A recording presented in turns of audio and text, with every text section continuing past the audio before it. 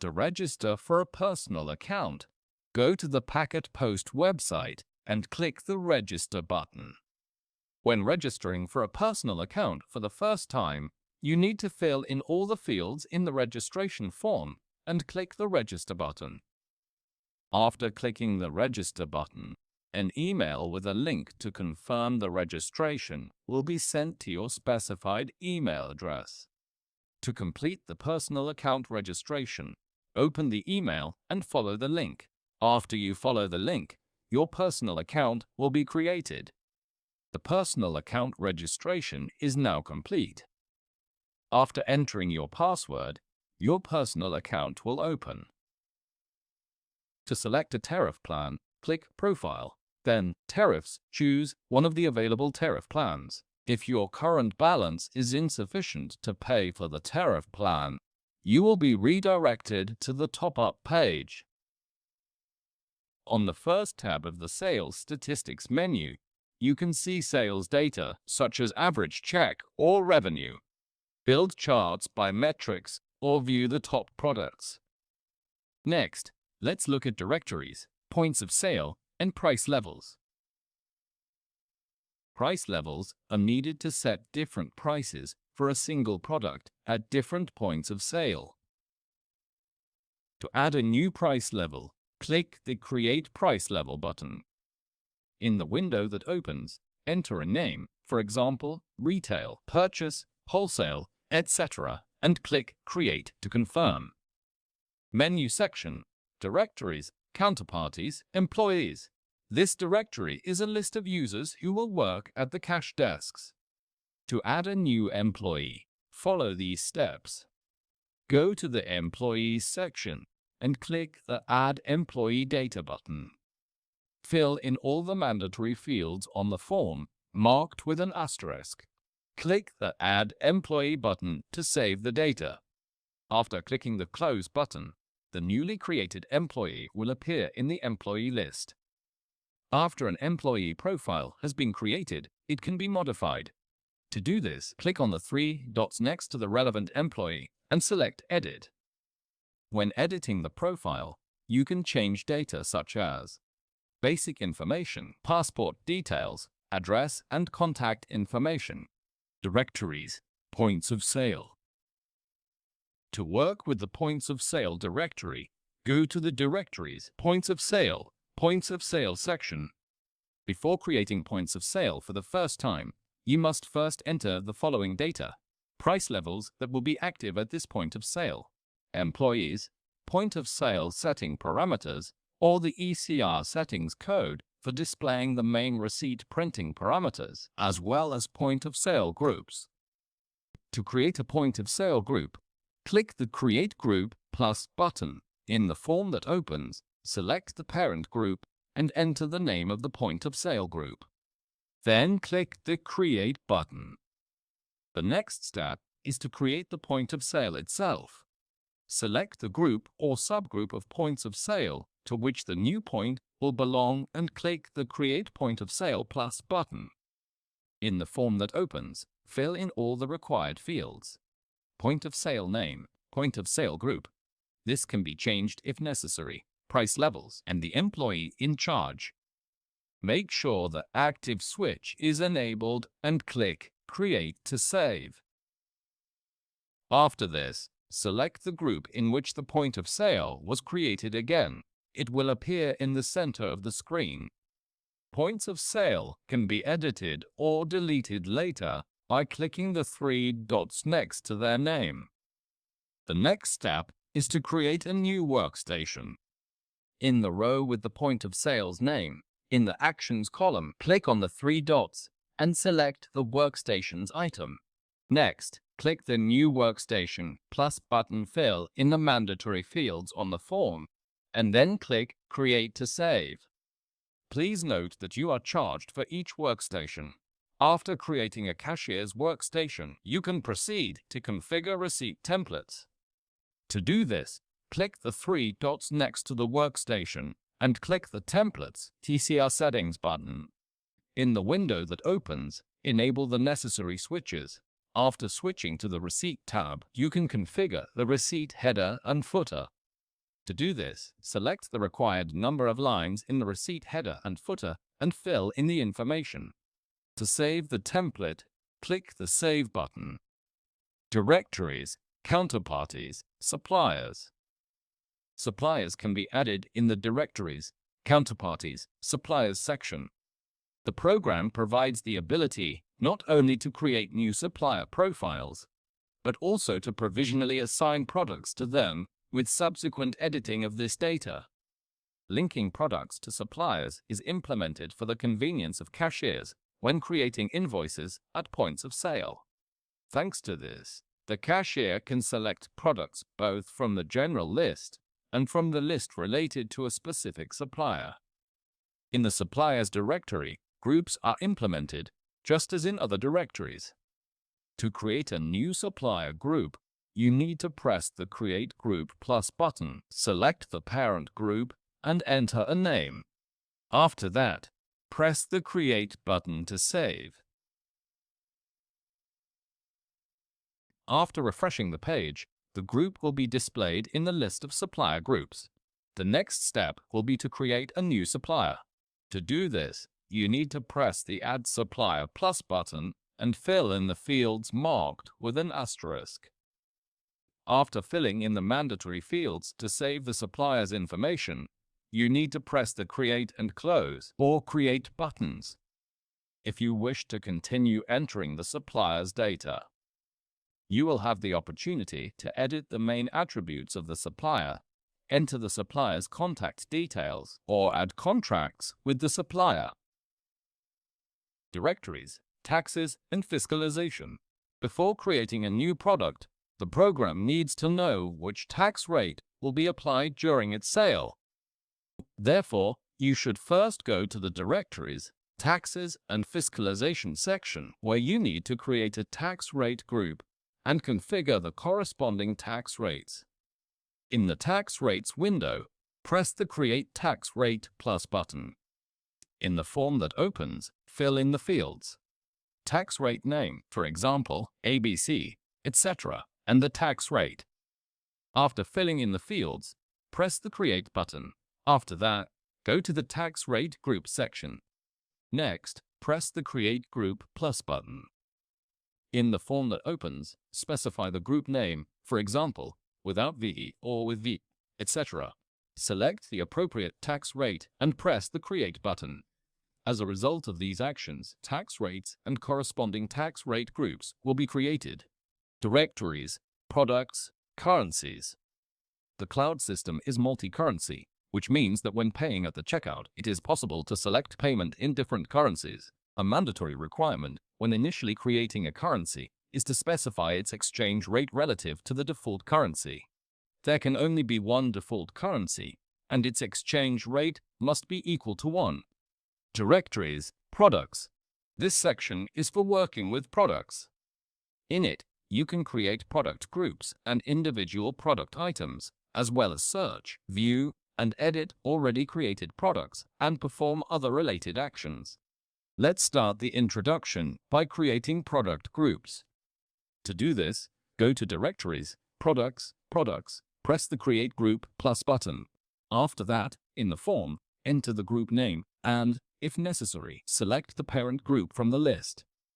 It is also possible to activate or deactivate a product group, as well as manage its display on the cashier's workstation by enabling or disabling the display as needed. The final step will be to press the Create button to save the product group. To add a new item, first select the group it will belong to. If necessary, this group can be changed later. Next, click the Add Item Plus button. After this, the item card will open and needs to be filled in. Specify the item name, the name by which the item can be found at the POS. Printed name, the name that will be displayed on the receipt. Select the type, regular item, prepared item, or collection. Print group number. The code will be assigned automatically. You can also add an image if you wish. When all the mandatory fields, those marked with an asterisk, are filled in, press the Next Step button. In the Attributes tab, Enable the parameters you need. Allow returns. If this option is active, the item can be returned at the checkout. Stock control. If enabled, the item will not be sold if it is not in stock at the point of sale. For this to work, stock control must also be enabled in the settings of the point of sale itself. Open price allows the seller to set the price directly at the point of sale. Use series. This function allows you to keep track of item series. For example, for shoes the series will be the size, and for newspapers the issue number. You can also select the main supplier for this item if needed. When all the settings are made, you need to press the Next Step button. In this window, we select the tax rate group under which the item will be sold. This is important so that the system correctly calculates taxes during a sale. Next, if necessary, you can specify the type of sales permit, that is, whether this item can be sold, and if so, under what conditions. For example, for strong alcohol, scanning an excise stamp is a mandatory condition. Also, if necessary, you can specify the UXT code. It's something like an item's passport in foreign economic activity. It shows what kind of item it is, which category it belongs to, and what tax or duty applies to it. After selecting the base unit of measurement for accounting, for example, kilogram, kg, you need to fill in the unit of measurement card. Here we specify the unit itself, pieces, and select the type, integer only if the item is sold only in whole units. A multiple of 25%. When you can sell in quarters. Or fractional, if the item can be sold in any quantity. For example, if you sell pet food, it can be sold in 1 kilogram packs and by weight, that is, fractionally. After creating a new unit of measurement, press Create, and then Next Step. Now let's move on to setting the prices for the item. Click the Create Price Plus button. We select one or more price levels that were created earlier, for example, retail or wholesale. Next, we select the appropriate unit of measurement. We specify the main price, and if the open price option was activated, then also the minimum and maximum price, within which the seller can change the item's cost. When all the necessary settings are complete, press the Create button to save the price. After the prices for all necessary price levels have been assigned, we move on by pressing the Next Step button. Now let's move on to adding a barcode. Click Add Barcode. We select the unit of measurement to which it will be linked. Next, we enter the barcode manually or press Generate. After that, we confirm the action with the Create button. When the item card is completely filled in, we press Create Item. After reloading the page, the item will appear in the item list. Before creating a prepared item, you need to add all the ingredients beforehand. For example, let's create 2 of them. Ingredients are added in the same way as regular items. We fill in the mandatory fields in the item card and press the Create Item button to save. We add the second ingredient in a similar way. Next, we proceed to create the prepared item itself. It is created using the same principle as a regular product, with one difference. In the Product Type field, select the value Manufactured Item. After creating the manufactured item, open its item card by double-clicking it, or via the Actions menu by clicking the 3 dots and selecting Edit Item. In the item card, go to the Composition (BOM) section where you add the required ingredients from the list. For each ingredient, specify the quantity used for 1 unit of the item. After adding all components, click Save. This completes the manufactured item creation process.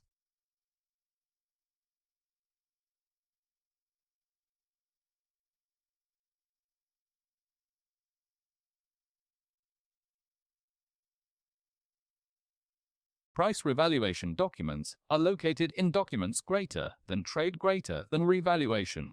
This section is designed for setting or changing product prices. It displays all created and posted documents, and also lets you create new revaluation documents or import them from other document types. To create a new revaluation document, click Add Revaluation. In the window that opens, fill in the following fields: document number, date, the price level at which the revaluation will be performed, and the date for the automatic application of the new prices. After filling it in, click the Add button. The next step is to add products to the revaluation document. This can be done through the product selection panel. You can add individual items as well as entire groups. There is also an option to add products by a selected supplier. Specify the prices for the selected products. If you want to return to editing later, click the Save button. The revaluation document will be saved, and you can continue working with it at any time. If the changes are ready to be applied, click the Post Without Confirmation button to finalize the revaluation. The next document we will look at is the goods receipt. To create a new document, go to the Documents menu, then Trade, and open the Receipts section. Click the Add Receipt button. In the window that appears, select the point of sale and the workstation to which the receipt will be posted. Next, select the product supplier and, if necessary, fill in any additional fields. After that, click the Create button. The next step is adding products to the document. To do this, use the Product Selection panel or Add Items by supplier. Specify the product quantity and purchase price if it was not specified earlier. After filling in the document, you can save it to continue editing later, post without confirmation to immediately apply the receipt at the point of sale, or send for confirmation to the cashier who will approve the goods after their actual receipt. This way, you can quickly and conveniently record the receipt of goods at the point of sale. There is also an option to do a bulk upload of reevaluations and receipts.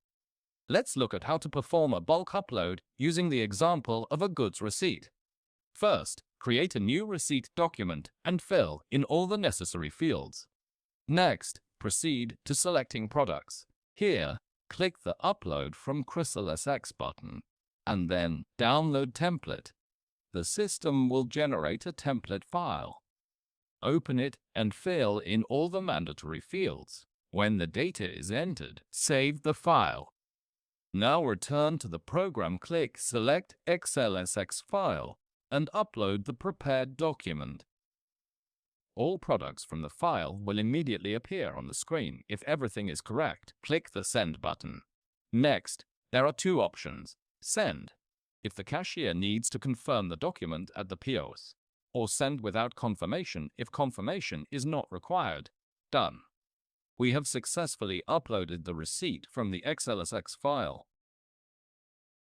The revaluation document follows the same principle. Write-off, posting, return to supplier, purchase order, and transfer documents are created using the same principle as the goods receipt document.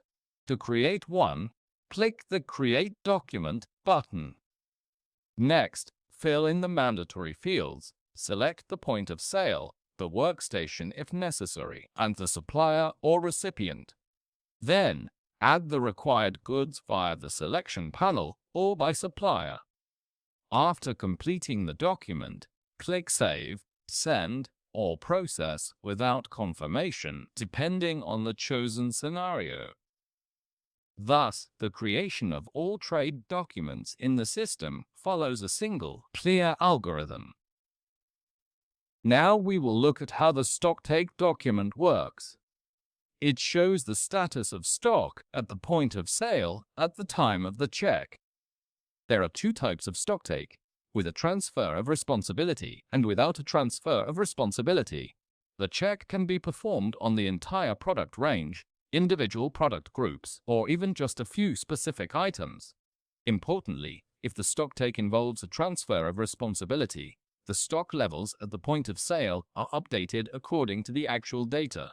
If there is no transfer of responsibility, the stock levels do not change, and the document only records the fact of the recount.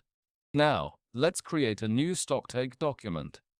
To do this, go to the menu, Documents, Trade, Stocktake, and click the Add Stocktake Plus button. In the window that opens, you need to fill in the following: the document number, which is assigned automatically, the document date, select the point of sale and workstation, determine if the stocktake is with or without a transfer of responsibility, and the type of stocktake, full or partial. If a full stocktake is selected, after clicking the Create button, a window will appear with a list of all goods at the point of sale. When choosing a partial stocktake, you need to select the goods using the same principle as in other documents. Now, you need to enter the actual quantity for each item, and then confirm the document by clicking the Process Without Confirmation button. Done. The stocktake document has been created, saved, and processed. Users and their roles are created to provide access to all or specific functions of the back office. For example, we can create a manager role and grant them full rights to work in the system. To do this, go to the Role Settings menu and click the Add Role button. In the window that opens, we select which sections of the back office the user with this role will have access to.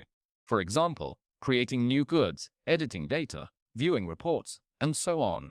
In our example, we will grant access to all functions and name the role Manager. To finish, click the Create button. The role will then be saved and can be assigned to any user.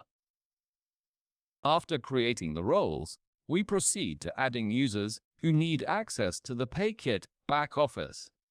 To do this, open the Users section and click the Add User button. In the window that appears, fill in all the mandatory fields: username, email, phone number, password, and we also select a previously created role. Once completed, click Create. Done. The new user has been added. They will be granted access to functions according to the selected role. If you plan to add a large number of goods, use the Upload from File function. To do this, open the Processing section and select Upload Goods. Click the Download Template button and wait for the download to finish in your browser. Open the template in Excel and fill it in with your goods. Please note that all mandatory fields must be completed. Once completed, save the file in a convenient location and return to the back office to upload it. In the back office, click the Choose File button and find the file you just saved. After selecting it, click Open. A list of the goods from the file will appear on the screen. Carefully check that all the data is correct. If everything is filled incorrectly, click the Send button. Done. The products will be uploaded to the relevant categories in your account. The Reports section in the PayKit account is for creating and viewing key reports on the establishment's performance. Here you can view information about sales, movement of goods, stock balances, financial indicators, and other important analytics. To generate a report, select its type, set the required filters, for example, a period or product categories, and click the Apply button. The report will be generated automatically, and you can view it on the screen or save it for further analysis. Let's look at how reports are created using a sales report as an example. Go to the Reports section, then Sales Reports. We select the period for which we want to generate the report. You can also select a specific retail outlet or group of outlets. If necessary, use the filters to select a product group, supplier, or individual product items. After this, click the Create Report button. The finished report will appear on the screen, which can be saved for further analysis. Additionally, the report is automatically saved on the server. In the History section, you can always find previously generated reports. Other reports in this section are created using the same principle. You select the report type, set the necessary filters, click Create Report, and the system generates the report according to your parameters. Next section, the loyalty program and promotions. This section is for creating and managing various loyalty programs, as well as for adding discount cards. Let's start with that. Go to the Discount Cards subsection and click the Add Discount Card button. In the window that opens, select the card type, accumulative or standard discount. Next, enter the unique barcode of the card. Select the price level that will apply to this card and specify the client to whom it will be assigned. After filling in all the fields, click the Confirm button. The discount card has been successfully created and is ready for use. Let's look at how to create a loyalty program. To do this, go to the Loyalty Program Settings section and click the Create Program button. In the window that opens, enter the program name, the text for the receipt if needed, and a comment. Next, we select the reward type, for example, a percentage discount on the receipt, and specify the discount amount as a percentage. Now let's set up the conditions for the program to activate. Click Create Condition, enter its name, and in the Condition Object field, select Discount Cards. After this, click Edit and add the discount cards to which the promotion will apply. When all parameters are filled in, we click Save, then Create, and confirm again by clicking Create to finish creating the loyalty program. Done. The program is now active. When a discount card is scanned during a sale, a percentage discount will be automatically applied to the entire receipt according to the loyalty program settings.